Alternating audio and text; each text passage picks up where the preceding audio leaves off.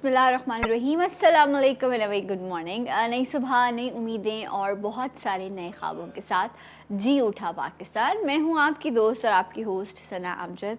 उम्मीद करती हूँ, दुआ करती हूँ कि आप सब खैरियत से होंगे और अल्लाह ताला हम सबको मुसीबतों से, परेशानियों से, आफ़तों से, वबाओं से, नागहानी से महफूज रखे। और अगर हम इस तरह की आफ़तों की या नागहानी की बात करते हैं तो कुछ चीज़ें ऐसी होती हैं जो जिनकी हम अक्सर ख्वाहिश भी करते हैं, लेकिन अक्सर जब वो बहुत ज़्यादा मिक़दार में हमें मिल जाती हैं या हम कंट्रोल नहीं कर पा रहे होते चीज़ों का, तो उनका नुकसान भी बहुत ज़्यादा हो गया। जिस तरह हम हमेशा दुआ करते हैं कि बारिश हो, लेकिन अगर हम अपना इंफ्रास्ट्रक्चर बेहतर नहीं करेंगे, हम अपने नालों की और इन सब चीज़ों की सफाई नहीं करेंगे। कराची वाले इंतज़ार करते हैं, मुंतज़िर होते हैं कि कराची में बारिश हो, लेकिन जब बारिश होती है तो जब ज़्यादा बारिश होती है तो ज़्यादा पानी आता है, और फिर जब ज़्यादा पानी आता है तो फिर कराची डूब जाता है। हुआ क्या, पाकिस्तान के मुख्तलिफ़ हिस्सों में, स्पेशली पंजाब साइड पर कल जो है वो एक हवा का तूफ़ान था, और वो इतना ज़्यादा था कि बहुत बड़ी जो है वो कहते हैं कि तबाही हुई है। उसकी वजह से बहुत सारे लोग जो हैं वो अपनी जान की बाजी भी हार गए, क्योंकि इतनी तेज़ हवा थी, इतना मुश्किल हो गया था उस वक्त कंट्रोल करना चीज़ों को। और सबसे इम्पॉर्टेंट चीज़ ये कि हम कुछ चीज़ें ऐसी हैं जिनको हम कंट्रोल नहीं कर सकते, लेकिन बहुत सारी चीज़ें ऐसी भी हैं जिनको कंट्रोल किया जा सकता है, सफाई करके और बाकी सारे मसाइल करके। कराची में काफ़ी गर्मी थी, कल से कुछ बेहतर हो गया है टेम्परेचर। पंजाब में भी इसी तरह की कुछ खबरें आ रही हैं कि मौसम काफ़ी बेहतर हो गया है। वेदर एनालिस्ट आज हमारे साथ मौजूद हैं, इनसे हम जानेंगे कि ये क्या है। जून शुरू हो चुका है जी, बिल्कुल ही अनप्रडिक्टेबल सा जो है इस वक्त मौसम है। तो आखिर मौसम आगे किस तरह से रहेगा, ये जानने के लिए मेरे साथ आज जो मेहमान मौजूद हैं वो है वेदर एनालिस्ट जवाद मेमन। अस्सलाम वालेकुम, आ जाइए प्लीज़। गुड मॉर्निंग, कैसे हैं आप? शुक्र। आप तो जून में मैंगोज आ जाते हैं, आप खुद आज मैंगो बन के आए हैं। बैठिए please. Thank you so much. अच्छा, सो ये बताइए कि मई में जिस तरह से हमने वेदर देखा, लाहौर में, पंजाब में, कुछ लोग मेरे भी रिलेटिव्स हैं, बात होती थी तो कहते थे अभी तक गर्म नहीं हुआ मौसम, अभी तक गर्म नहीं हुआ, जैसे होता है मई उस तरह से नहीं है। सो ये ओवरऑल चेंज जो हमने कराची के वेदर में भी देखा और फिर अब इस तरह के सैंड स्टॉर्म, तो क्या ये चीज़ें एक्सपेक्टेड थी या इस बार कुछ ज़्यादा ही चीज़ें अनएक्सपेक्टेड हो रही हैं? देखिए, कुछ हद तक, काफ़ी हद तक इसमें कह सकते हैं कि एक्सपेक्टेड थी, क्योंकि ओवरऑल जो मंथली टेम्परेचर्स चल रहे थे वो बिलो नॉर्मल थे कुछ हद तक। कुछ हार्डली 1 से 2 डिग्री, 2.5 डिग्री तक का फ़र्क था।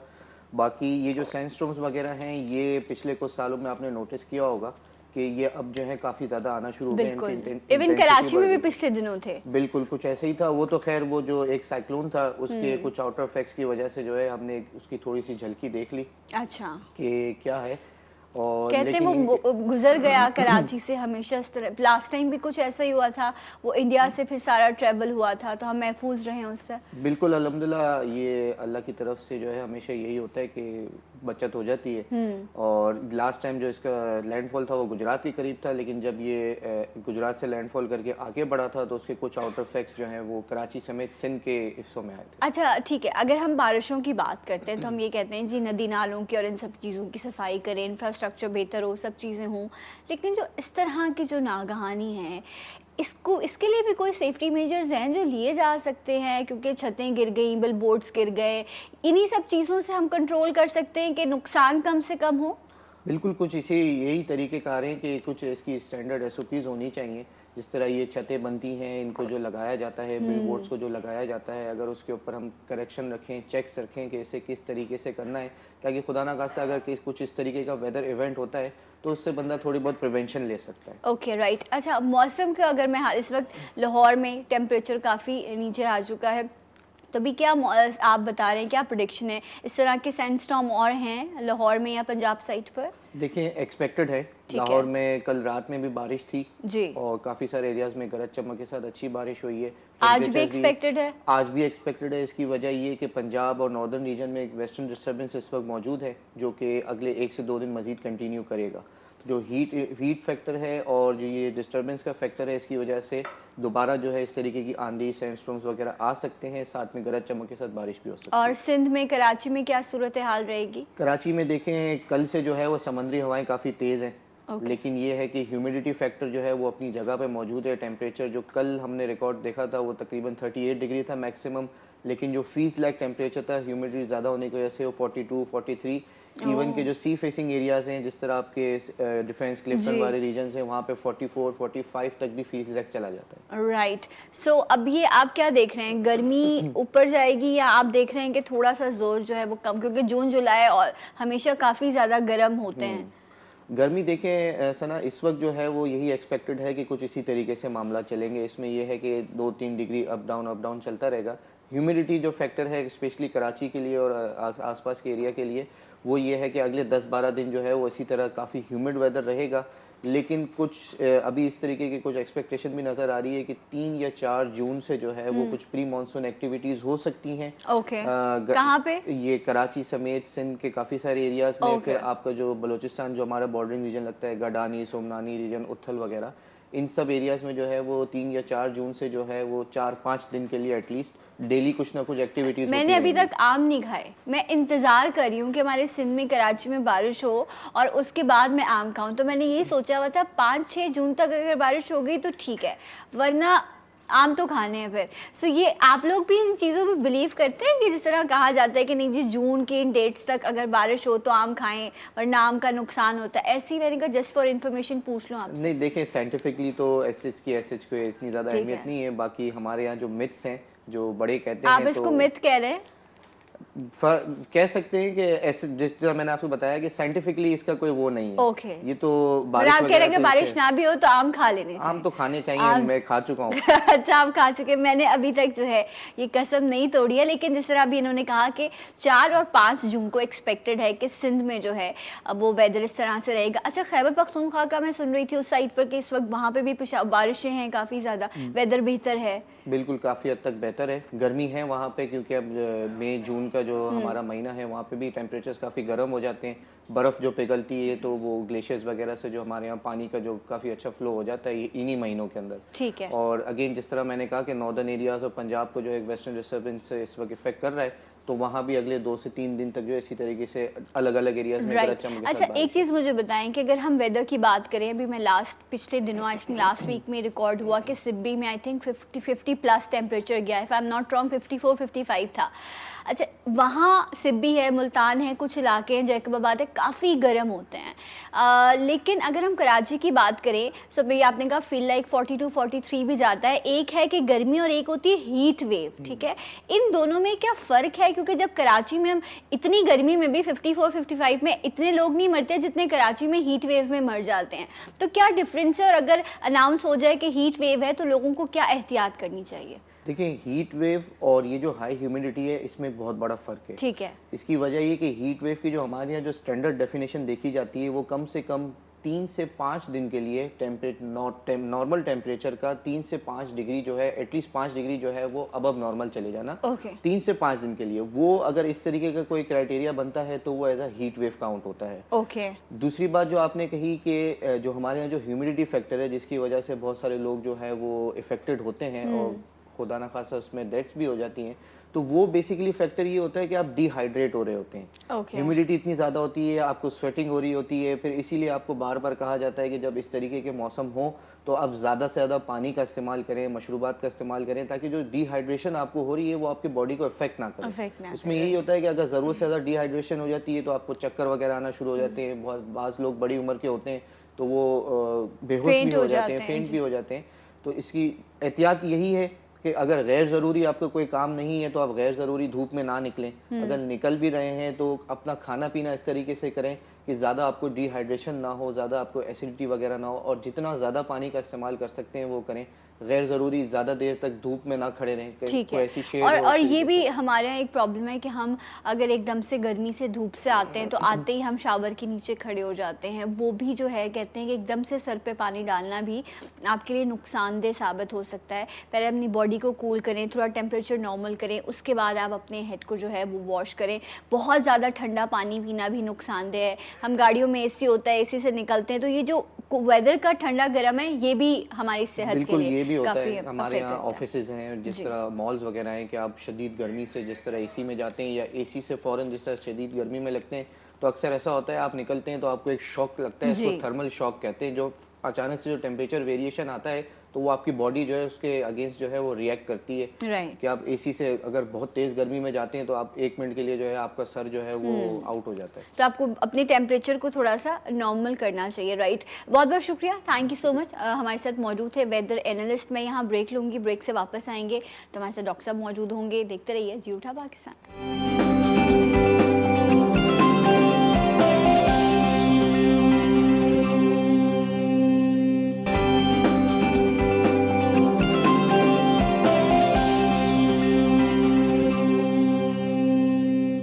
वंस अगेन वेलकम बैक जी उठा पाकिस्तान में आप सबको खुश आमदीद कहते हैं and very good morning. Break पे जाने से पहले हम वेदर के हवाले से बात कर रहे थे कि जिस तरह पंजाब के कुछ हिस्सों में कल सैंडस्टॉर्म रहा, उसकी वजह से काफ़ी नुकसान भी हुआ, लोग ज़ख्मी भी हुए और बहुत सारे लोग जो हैं उनकी हलाकत भी है, काफ़ी बड़ा नंबर है। होता क्या है कि जब इस तरह की हवाओं का सिलसिला होता है तो एलर्जीज़ जिन लोगों को होती हैं या एज़मा की शिकायत होती है, उनको जो है ये चीज़ें बहुत इस तरह की हवा या इस तरह की डस्ट पोल्यूशन जो है वो उनके उस प्रॉब्लम को ट्रिगर करती है, उन एलर्जीज़ को। या कहते हैं कि बहुत ज़्यादा एक्सट्रीम ड्राई वेदर हो, जिस तरह देखा गया पिछले दिनों पाकिस्तान के मुख्तलिफ हिस्सों में बहुत ज़्यादा टेम्परेचर हाई हुआ था। तो जब बहुत ज़्यादा ड्राई होता है या बहुत ज़्यादा सर्दी में भी इस तरह से होता है कि लोगों के नोज़ से जो है वो ब्लीडिंग होने लग जाती है, नक्सीर फट जाती है। तो इस वेदर में ये जो एलर्जीज़ हैं, जिसमें थ्रोट इन्फेक्ट होता है, आपका नोज़ का प्रॉब्लम होता है, तो उसी हवाले से हमने सोचा है कि आज आपको कुछ चीज़ें गाइड की जा सके। सो मौसम की अपडेट हुई। इस वक्त मेरे साथ ENT मौजूद हैं, हेड एंड नेक कंसल्टेंट भी हैं पटेल हॉस्पिटल में, डॉक्टर शफकत अली। अस्सलाम वालेकुम, कैसे हैं आप? गुड मॉर्निंग डॉक्टर साहब। क्योंकि ये वेदर जो है ये एलर्जीज़ के लिए या जिन लोगों को थ्रोट इन्फेक्शन में बहुत ज़्यादा ट्रिगर करता है, तो मैं चाहूँगी आप इसी हवाले से बताएं कि जब इस तरह की डस्ट एलर्जी हो या पोल्यूशन बहुत ज़्यादा हो तो वहाँ के जो लोग हैं उनको क्या एहतियात बरतनी चाहिए? एहतियात के लिए बेहतर होता है कि अवॉइड करें जो जिस चीज़ से जो वो नॉन एलर्जिन तो है। अगर उनको डस्ट एलर्जी है तो बेहतर है कि उस जगह से उनको अपने आप को प्रिवेंट करें, उस जगह पे नहीं जाएं, या जाएं तो मास्क पहन के जाएं। अगर कोई ऐसी नॉन एलर्जी है, उसको एलर्जी हो गई तो फिर कंसल्ट करें डॉक्टर के साथ। अगर वो कोई इसमें होता है कि कोई एंटी एलर्जिक दी जाती है, अगर उससे भी कंट्रोल नहीं होता then further steroid nasal spray दिया जाता है, उससे काफ़ी हद तक कंट्रोल है। बस first thing is the prevent is the better than right लेकिन जब इस तरह के, जिस तरह अभी हम अब कल के वेदर की बात करें, इसमें तो प्रिवेंशन, आप बाहर हैं कहीं पर हैं, आपको नहीं पता कि एकदम से इस तरह से जो है वो सैंडस्टॉर्म होता है और सारी चीज़ें होती हैं। इस एलर्जी से लोगों को फ्लू भी हो जाता है, गला भी ख़राब होता है। तो आपने कहा एंटी एलर्जीज़ तो लोग लेते हैं, इसके अलावा और भी कुछ चीज़ें जो आप सजेस्ट करेंगे? ये होता है आप बेस्ट होता है कि आपका फ्लूइड इंटेक इंक्रीज़ कर लें। जो आप रूटीन फ्लूइड इंटेक ले रहे हैं उससे ज़्यादा बढ़ाया जाए, और उसमें विटामिन C की इंटेक भी बढ़ाया जाए, तो उसमें आपके इम्प्रूवमेंट्स, आपकी इम्यून सिस्टम इम्प्रूव होगा।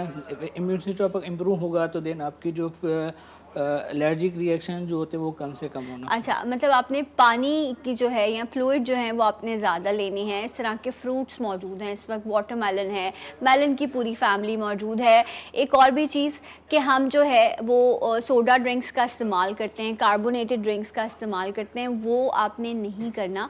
कोशिश करें कि फ़्रेश जूसेस लें या आप फ्रूट्स लें। जब आप फ्रूट्स लेते हैं तो आपको आपकी पानी की कमी भी पूरी हो रही होती है, आपको फाइबर भी मिल रहा होता है।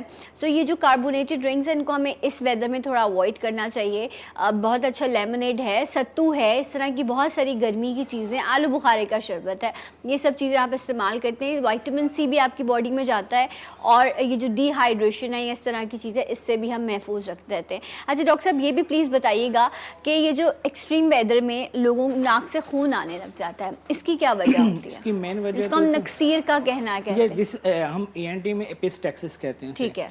मेनली क्या होता है कि जब ड्राई वेदर होती है तो हमारा जो नेज़ल म्यूकोजा होता है ओवर वर्किंग करना शुरू कर देता है। ओके। जो नॉर्मल होते हैं उससे 2 to 3 टाइम्स ज़्यादा करने होते हैं। हमारे जो वेदर ड्राई वेदर होती है, हमारा नाक का फंक्शन क्या होता है, ह्यूमिडिटी प्रोवाइड करना। ओके ठीक है, व्हेन फंक्शन हमारा ज़्यादा करेगा, ड्राई वेदर होगी तो ओवर सिक्रेशन और ड्राई हो जाएगा, और यहीं पर ही हमारी तकरीबन बाल से भी बारीक छोटी छोटी नसें होती हैं, ठीक है, वो डैमेज वो होना ब्लीड शुरू करने लग जाती है। डैमेज होना अगर शुरू ऐसी होती है। कंडीशन में आप कहीं ऐसी जगह पर हैं कि आपके नोज से ब्लीडिंग होना शुरू हो गई, तो उसमें फर्स्ट एड क्या हो सकता first aid pinch the nose, ऐसे करके सर को नीचे करें और ठंडा पानी ऊपर से डालें। है? सर नीचे करना है या हाँ, नहीं पीछे नहीं करना, पीछे पीछे नहीं। की करेंगे तो वो जो आपका ब्लड होगा वो ट्रिकल कर थ्रोट में जाएगा। अच्छा ठीक है। ठीक है, वो फिर आपको स्पिट होगा, फिर तो आपको आप कह रहे हैं नोज को बंद करना है और हेड डाउन करना। हाँ एटलीस्ट 3 to 5 मिनट्स, अच्छा। 5 मिनट्स के लिए, जब तक ऐसे करके ऐसे करेंगे इंशाल्लाह वो रुक जाती है। और आप कह रहे हैं कि सर पे पानी भी डालना है। हाँ, पानी ठंडा डालेंगे तो वो एक कूलिंग एजेंट्स के तो काम करता है, बेहतर हो ठीक जाता है, है। लेकिन नाक को दबाकर थोड़ी सी दबाकर। देर अपने हेड डाउन को करना, ये इसकी फर्स्ट एड है। इसके लिए कोई ट्रीटमेंट होता है प्रॉपर, वैसे डॉक्टर करते हैं? ट्रीटमेंट सिर्फ और सिर्फ अगर एक्टिव एलर्जी हो रहा है, ब्लीडिंग हो रही है, तो फिर हम पैकिंग कर देते हैं, नेजल पैकिंग कर दें। अगर एक्टिव ब्लीडिंग नहीं है तो देन वो ये अप्लाई द लुब्रिकेंट्स यूज़ करते हैं। ओके राइट जनाब। तो एक्सट्रीम वेदर में ये जो ड्राइनेस होती है उसकी वजह से अगर नाक से खून आता है तो आपने, जिस तरह अभी डॉक्टर साहब ने कहा, आपने इस तरह से आप फर्स्ट एड ले सकते हैं। Then go to your doctor और कंसल्ट करें कि आया किस चीज़ की आपको ज़रूरत है। डॉक्टर साहब हमारे साथ मौजूद हैं जहाँ पर हम और बहुत सारी चीज़ों की बात करते हैं, सेहत की बात करते हैं। तो अगर हमारी ओरल हाइजीन अच्छी होगी, क्योंकि ये गेटवे है कि हम जो खाएंगे फिर वो जैसा हम खाते हैं वैसा हम दिखते हैं, लेकिन अगर हमारा गेटवे ही ख़राब होगा तो फिर कितने सारे इन्फेक्शन और कितनी सारी गलत चीज़ें हमारी बॉडी में जाएंगी, जिसकी वजह से हमारी सेहत मुतासर होती है। तो ये जो गेटवे है जिसमें अल्लाह ताला ने ये जो दांत दिए हैं आपको, इनकी हिफाजत बड़ी इंपॉर्टेंट है, इनकी सफाई, इनका ख्याल रखना। और अगर ये टूट जाएँ तो फिर क्या करना चाहिए, कुछ इस हवाले से बात करेंगे। हमारे साथ डेंटिस्ट मौजूद हैं, डॉक्टर अली हुसैन। अस्सलाम वालेकुम एंड वेरी गुड मॉर्निंग, कैसे हैं आप? And we have with us dental surgeon है डॉक्टर इकरा रज़ा। अस्सलाम वालेकुम, गुड मॉर्निंग, कैसी हैं आप? अल्हम्दुलिल्लाह। अच्छा जी, सो डॉक्टर साहबा, अब मैं, क्योंकि अभी जिस तरह से हम बात कर रहे थे, एक्सट्रीम वेदर है, बहुत सारी चीज़ें हैं, मैंने ये भी देखा जिस तरह से नोज़ से खून आते हैं, कुछ लोगों के गम्स भी ब्लीड करने लग जाते हैं, बिकॉज वेदर जो है वो आपकी ओवरऑल बॉडी में चेंज लेकर आता है, चाहे बहुत ज़्यादा गर्मी हो या बहुत ज़्यादा सर्दी हो। So what do you suggest, आप क्या सजेस्ट करेंगे इस वेदर के हवाले से? अच्छा, गम्स की ब्लीडिंग की बेसिकली वजूहात बहुत ज़्यादा होती हैं जी। उसमें जो है मेडिकल प्रॉब्लम्स भी आ जाती हैं, उसमें आपकी ओरल हाइजीन मेंटेनेंस बहुत ज़्यादा ज़रूरी है।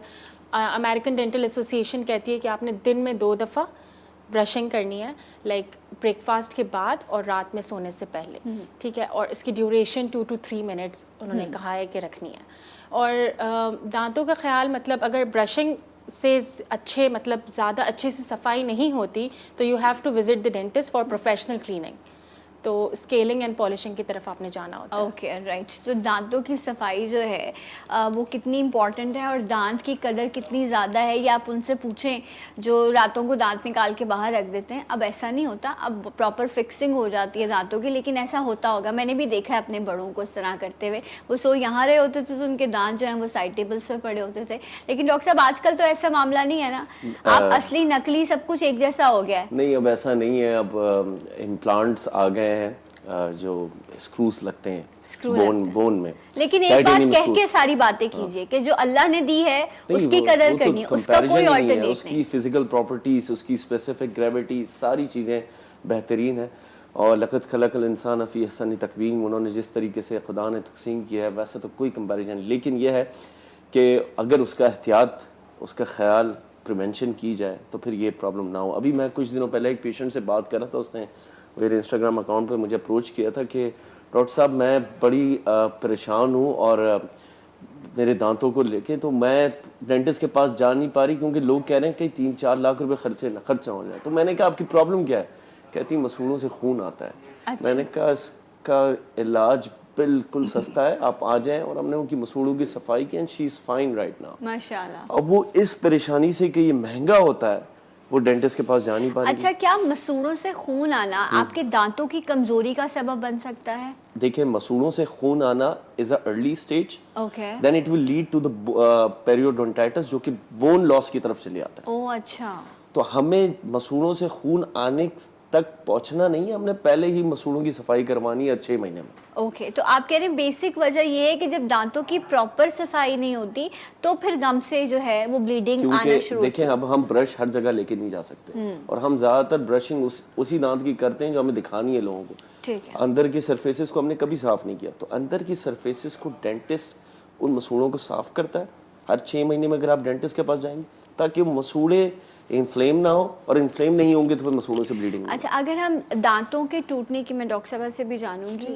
एक तो है कि आपके मिल्क टीथ हैं वो टूटे, उसके बाद एक प्रोसेस है कि आपके दांत आते हैं, लेकिन और फिर आप इस एज में चले जाते हैं कि आपके जिस्म में कमज़ोरी आती है और आपके दांत टूटना शुरू हो जाते हैं। लेकिन अक्सर लोगों के एक्सीडेंट में या प्रॉपर सफाई ना करने की वजह से भी लोगों के दांत टूट जाते हैं। सो अगर आपका दांत टूट गया है तो आपकी स्माइल भी मुतासर हो रही है, आप प्रॉपर खा भी नहीं पा रहे, तो फिर ऐसे लोगों के लिए ऑल्टरनेट क्या मौजूद है कि वो किस तरह से फिक्सिंग करा सकते हैं। एक ब्रेक ले लेते हैं डॉक्टर साहब, ब्रेक से वापस आते हैं तो इस पर बात करेंगे। हमारे साथ रहेगा जी उठा पाकिस्तान।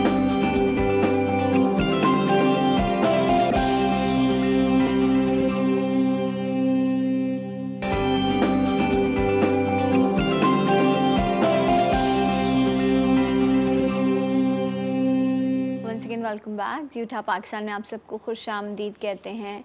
एंड आज हम सेहत के हवाले से बात कर रहे हैं क्योंकि वेदर एक्सट्रीम है, मुख्तलिफ है, कभी बारिश है, कभी एकदम से बहुत ज़्यादा गर्मी है। सो अभी जिस तरह डॉक्टर साहब भी बात कर रहे थे, डॉक्टर शफकत अली के इस तरह की एलर्जीज़ में आपको क्या एहतियात करनी चाहिए। दांतों की सफाई के हवाले से हम बात करें, दांतों के प्रॉब्लम्स के हवाले से डॉक्टर अली हुसैन हमारे साथ हैं, डॉक्टर इकरा हैं। एंड डॉक्टर साहब से मैं पूछ रही थी कि अगर आपका दांत ब्रेक हो जाता है किसी भी रीज़न की वजह से, तो फिर उसके पास हमारे पास ऑल्टरनेट ऑप्शन क्या है कि हम अच्छा प्रॉपर खा सकें और ओवरऑल लुक वाइज भी अच्छा लगे।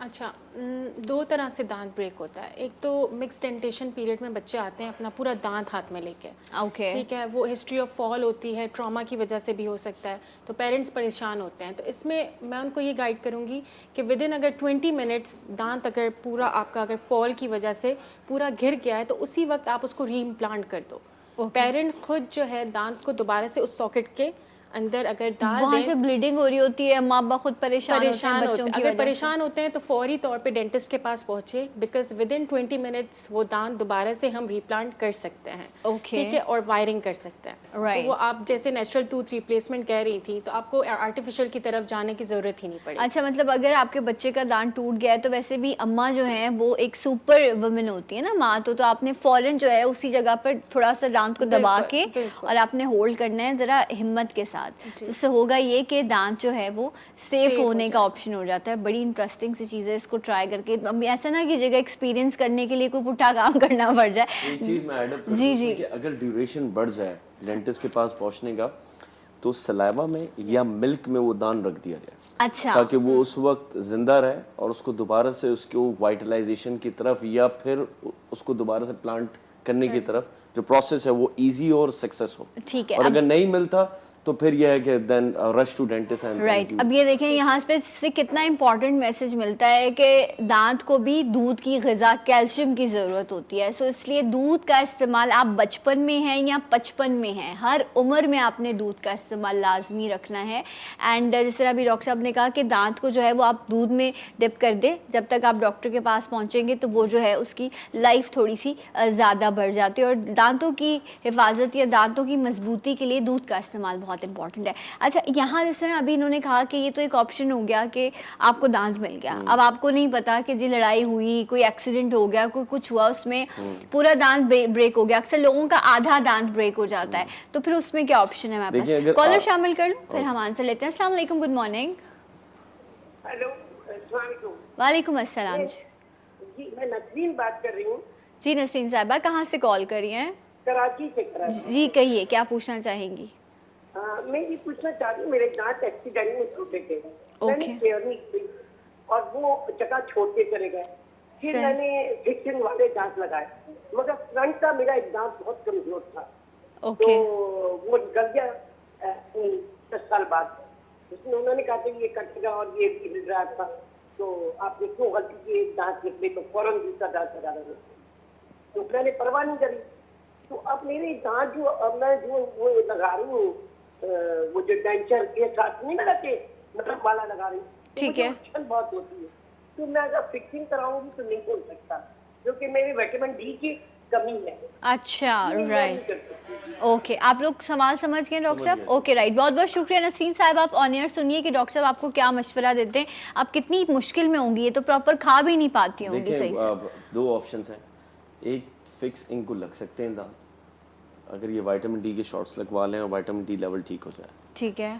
इम्प्लांट्स की बात करें तो अगर हम इम्प्लांट्स के ऑप्शन की तरफ नहीं जाते तो दूसरा ऑप्शन है ब्रिज का, जिसमें आसपास वाले दांतों को हम यूज़ करेंगे, उनकी थोड़ी सी ट्रिमिंग करेंगे, प्रिपरेशन करेंगे और उसके बाद फिर हम उन्हें ब्रिज लगा देंगे। ओके, ये वो ऑप्शन है जो अगर विटामिन डी ठीक नहीं हो रहा, बहुत लो है, या जिनको डायबिटीज़ अनकंट्रोल है, जी। तो फिर हम ब्रिज के ऑप्शन की तरफ जा सकते हैं, अगर पेशेंट प्रॉमिस करे कि वो सफाई का ख्याल रखेगा। Okay, right. अच्छा, विटामिन D3 की डेफिशिएंसी ये भी बहुत ज़्यादा आपको लाइक कमज़ोरी की तरफ, या मूड आपके स्विंग्स बहुत ज़्यादा हो रहे होते हैं, उसमें you feel like that I am 100 years old ना, इस तरह से आपकी बोन्स वीक हो जाती हैं। लेकिन जैसे डॉक्टर साहब ने कहा कि अपने फिजिशियन की हेल्प से या उनकी गाइडेंसेस के इसके कुछ मेडिसिन भी आती हैं, कुछ एम्प्यूल्स भी आपको लेने होते हैं, तो आप इसे नॉर्मल कर सकते हैं।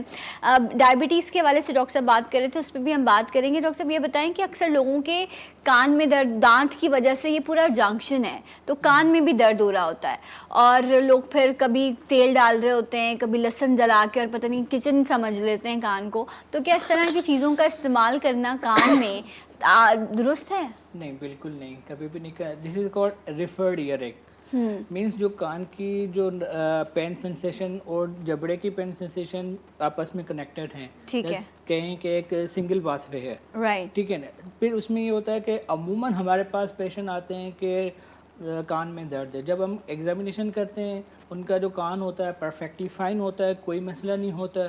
फिर जब हम उसकी ओरल एग्जामिनेशन करते हैं, उनकी दांतों में कुछ मसला होता है, कैरीज होती हैं, या तो कभी कभार ऐसा होता है कि उनके बरीड टूथ ठीक होते है। हैं जो वो कॉन्स्टेंटली पिंच करते रहते हैं, तो उसकी वजह से कान में दर्द कान हो में रहा दर्द होता है। तो डेंटिस्ट और ईएनटी आपस में कजन डॉक्टर्स होते हैं ना, एक रेफर करना। That's why we call multidisciplinary approach Yes. and हम एक ग्रुप की तरह काम करते हैं। और अक्सर औकात ऐसा होता है कि नुकीले दांत होते हैं, शार्प पीसेस होते हैं, जिसकी वजह से उस जबान पे लग लग के लिम्फ नोड्स आपके इनलार्ज हो जाते हैं, जो चैनल्स होते ये हैं, right और फिर वो ईएनटी के पास जाते हैं कि हमें गले में तकलीफ है, देन ईएनटी रेफर करता है डेंटिस्ट के पास। दैट्स और बेचारा पेशेंट जो है वो स्पिन होता That's how the रहता है, और cycle मैं नहीं goes. चाहती कि आप लोगों के साथ इसलिए मैं आप लोगों की कॉल शामिल करती हूँ। अस्सलाम वालेकुम, गुड मॉर्निंग। हेलो। हाँ जी जी हाँ, बिल्कुल, मैंने वो काम करा दिया था जो आपने बताया था मुझे। हेलो। यही बोल सकती हूँ ना आप जब मुझे ऐसे बोलेंगे, लेकिन ओके जी। हेलो, नेक्स्ट कॉलर है हमारे साथ। बहुत ही घरेलू और फैमिली वाला शो है मेरा, ये आपने बिल्कुल नहीं भूलना है।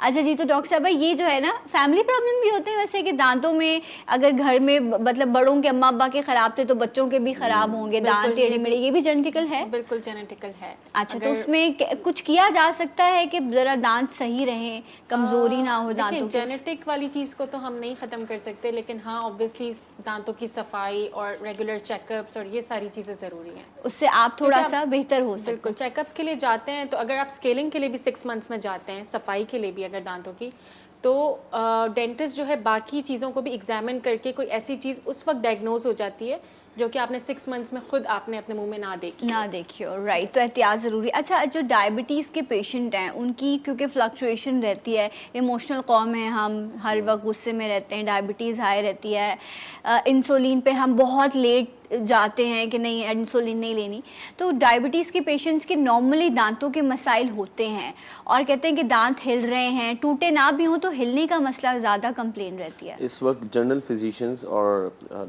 एंडोक्राइनोलॉजिस्ट के पास सबसे ज़्यादा डेंटिस्ट हैं जो कि डायबिटीज़ डायग्नोज कर रहे हैं। ठीक है, इन द क्लिनिकल प्रैक्टिस, मसूड़ों की सेहत को देख के। Sorry to cut you, caller शामिल कर लूँ मैं ताकि काफ़ी सारी कॉल्स हैं। अस्सलाम वालेकुम। हेलो। हेलो जी, अस्सलाम वालेकुम। वालेकुम अस्सलाम। मैं रुबीना बोल रही हूँ इस्लामाबाद से। जी रुबीना, आप कैसी हैं?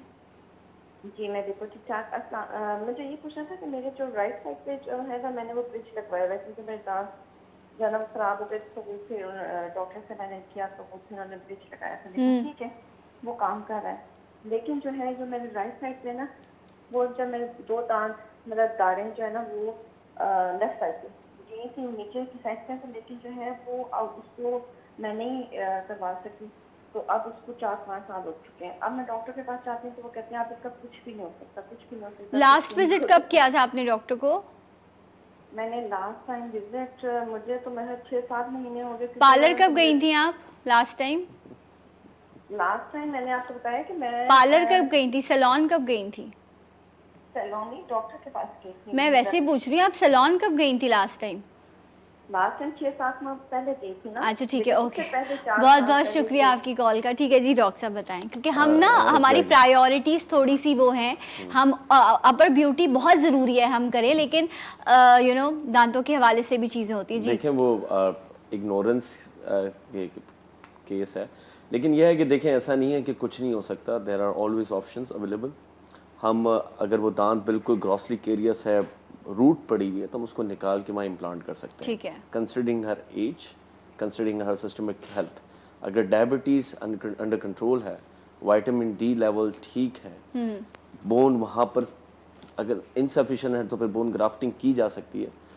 तो देयर आर ऑप्शंस अवेलेबल, ऐसा नहीं है कि नहीं है। देखें, लेकिन फिर यह है कि we have to also assess the socio economic status, क्योंकि implant is little bit expensive जी। बिकॉज उसकी जो कॉस्ट है इटसेल्फ, डेंटिस्ट क्लिनिकल छोड़ दें आप कॉस्ट, उसकी अपनी क्लिनिशियन की कॉस्ट इटसेल्फ वो थोड़ी सी एक्सपेंसिव होती है। और बोन ग्राफ्टिंग वगैरह हो तो फिर राइट। लेकिन ये है कि आपको 2-3 ऑप्शन ज़रूर लेने चाहिए। जिस तरह दांतों की सफाई का मामला होता है, इसी तरह कहते हैं कि अक्सर कहते हैं कि आपके कानों की सफाई जो है, कानों में भी वैक्स आ जाता है, उसकी भी सफाई इंपॉर्टेंट है। डॉक्टर साहब से जानेंगे जो हम तरीक़ेकार करते हैं, पिन हो कोई भी चीज़ हो, बस हमने कान सफाई करने के लिए हम उसका इस्तेमाल कर लेते हैं। इज़ इट राइट और रॉन्ग?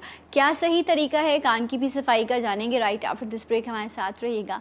जी उठा पाकिस्तान।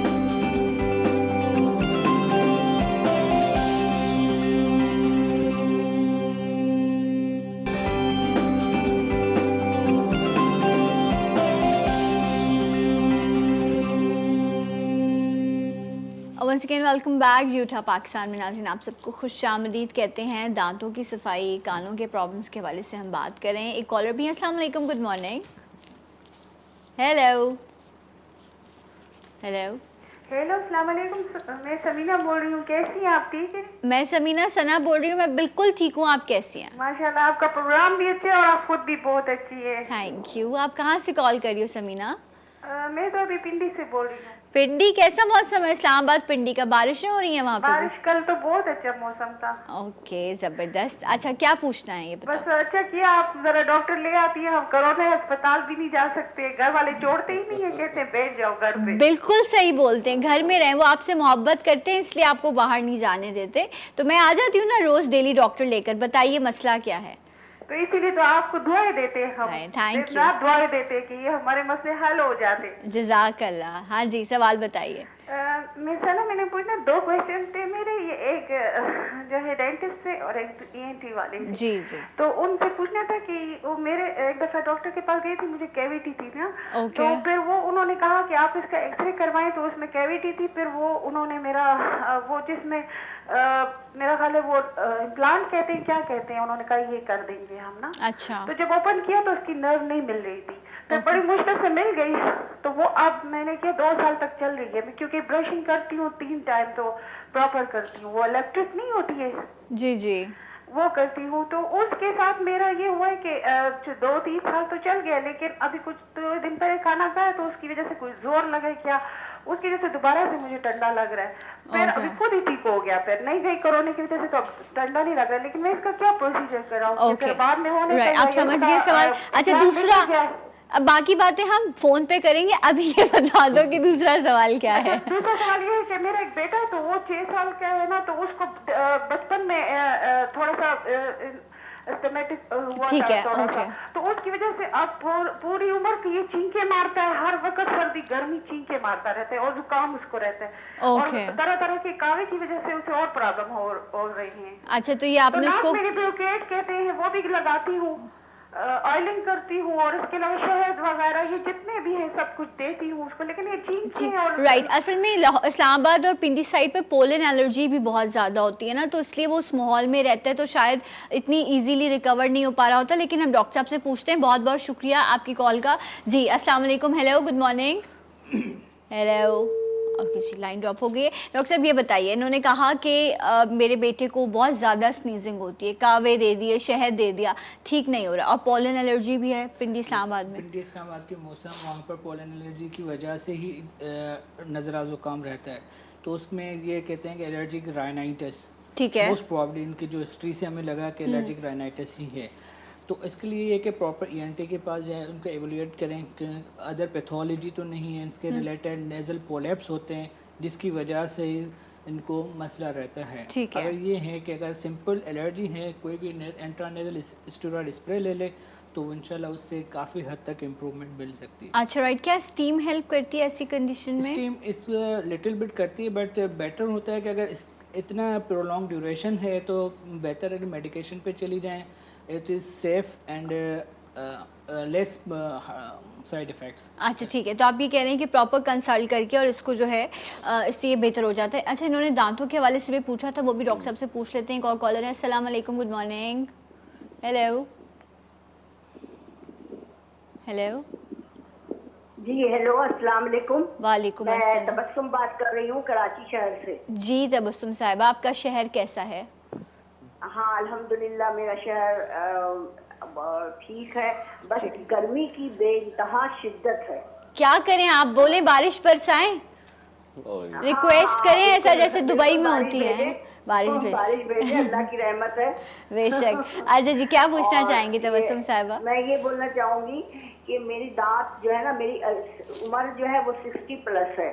माशाल्लाह। मेरी दांत मतलब 62 इस तरह से है। मेरे जो जॉज हैं वो छोटे हैं, और मेरे जॉज में जो अकलदार है ना वो आगे की तरफ निकल करके बार बार टंग से और चीख से टकराती है, जिससे मुझे तकलीफ होती है। और उसके बराबर वाले दांत यानी अकलदार के बाद वाले जो चबाने के होते हैं उसके अंदर पेन होता है, बहुत शदीद पेन की मुझे एसिड लेना पड़ता है। तो अच्छा। एसिड मैं कितना खाऊं कि हाँ, फिर वो रेजिस्टेंस हो जाती है। जी जी जी। तो मैं बहुत परेशान हूँ, और कि मैं करूँ क्या, डॉक्टर को दिखाया तो डॉक्टर ने कहा कि आपने इतना जोर जोर से ब्रश किया है, इस वजह से आपके गम्स जो है बिल्कुल खत्म हो गए हैं, अब इनमें कुछ नहीं हो सकता है। और डॉक्टर ने तजवीज दी है रूट कनाल की। अब पता है ये डॉक्टर साहब मुझे कि मैं राइट आप अभी फ़ोन रखिए, मैं ब्रेक ले रही हूँ। जब मैं ब्रेक से वापस आऊँगी तो आप ऑन एयर सुनिएगा कि डॉक्टर साहब आपको क्या सजेशन देते हैं। ये डॉक्टर साहब भी आपके शहर कराची में ही होते हैं, सो आप इनसे भी मिल सकते हैं। लेकिन इसके अलावा अगर आपके करीबी कोई डॉक्टर है, कोई फैमिली डॉक्टर है, तो भी आप उनसे जाके कंसल्ट कर सकती हैं। एक मुख्तसर सा ब्रेक, मिलेंगे ब्रेक के बाद। जी उठा पाकिस्तान।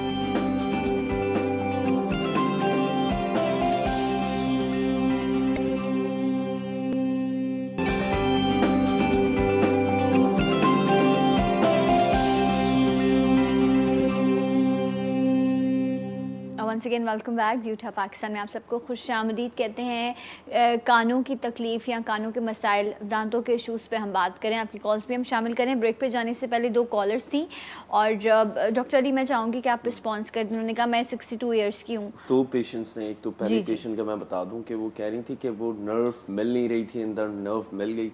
वो आई गेस वो इम्प्लांट नहीं था, वो रूट कैनाल था। एंड आई गेस वो एक इन एक्सपीरियंस हैंड्स के हाथों रूट कैनाल की जा रही थी जब भी नर्व मिल नहीं रही थी। खैर अब वो ठंडा लग रहा है, इसका मतलब कहीं ना कहीं वहाँ पर नर्व्स एक्टिव हैं, और इन्होंने क्राउन नहीं लगवाया रूट कैनाल के बाद। ठीक है, तो वो क्राउन, अगर रूट कैनाल ठीक है तो उसके बाद वो क्राउन लगवा ली जाए। दूसरे पेशेंट मुझे कह रही थी कि मेरे अक्ल दाढ़ हैं और 60 साल तक वो डायग्नोस नहीं किए गए, टेढ़े थे। तो ये एक थोड़ी सी पेशेंट की तरफ से भी शायद डेंटिस्ट की तरफ कम गए हैं वो।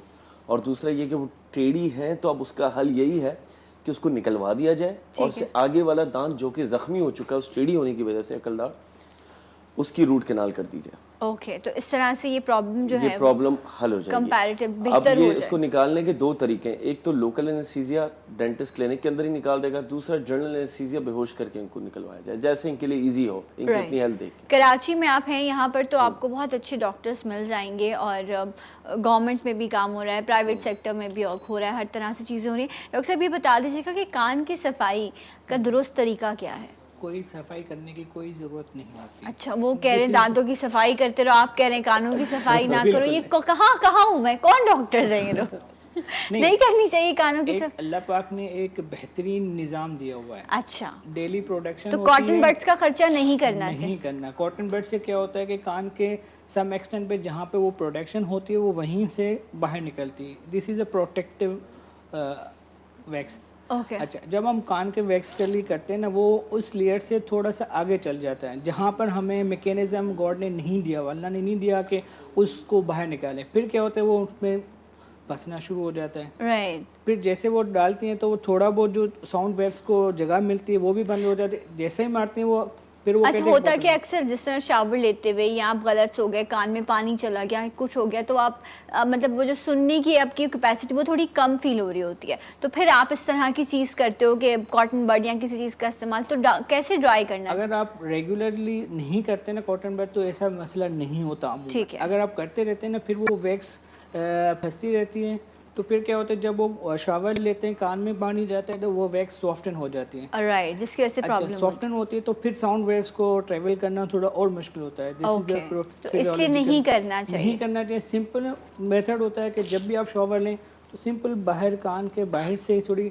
टॉवल का कोना लेके थोड़ा बाहर से सफाई कर लें, क्योंकि वो सारी जो मेल होती है वो बाहर ठीक है, तो आप टिश्यू से जो है उसको टैप कर सकते हैं। अच्छा, अभी जिस तरह हम बात कर रहे थे, स्टार्ट में भी यही बात हुई कि इलाज बहुत महंगा है। अभी जिस तरह से लाइक 62 ईयर्स डॉक्टर साहब इनकी एज है, और अभी आप बता भी रहे थे, इस बात का जिक्र कर रहे थे कि माशाल्लाह से आप लोगों ने एक कैंपेन शुरू किया है जिसमें आप लोग सीनियर सिटीजन्स को जो है वो रिलीफ दे रहे हैं डेंटल प्रोसीजर्स के लिए। वो क्या है, प्लीज़ बताइए। मैं एक नया क्लिनिक सेटअप खोल रहा हूँ फेडरल बी एरिया में। अच्छा, माशाल्लाह। नू डेंटल क्लिनिक के नाम से, और उसमें ये मेरी एक नीयत है कि मैं डेंटिस्ट्री जिसको कंसिडर किया जाता है कि इसमें कोई वेलफेयर नहीं होता, तो मैं अब हमारे कुछ दोस्त अहबाब हम सब मिल के एक डोनेशन इसका एक सेटअप बना रहे हैं और patient dentistry welfare system introduce करवाएंगे, जिसमें कि जो सीनियर सिटीजन्स हैं अबव 60 लोग जो कि डेंचर्स लगवाना चाहते हैं या डेंचर्स पे इम्प्लांट्स लगवाना चाहते हैं, उनके लिए एक सिस्टम मैकेनिज्म बनाएंगे जिसमें हम उनकी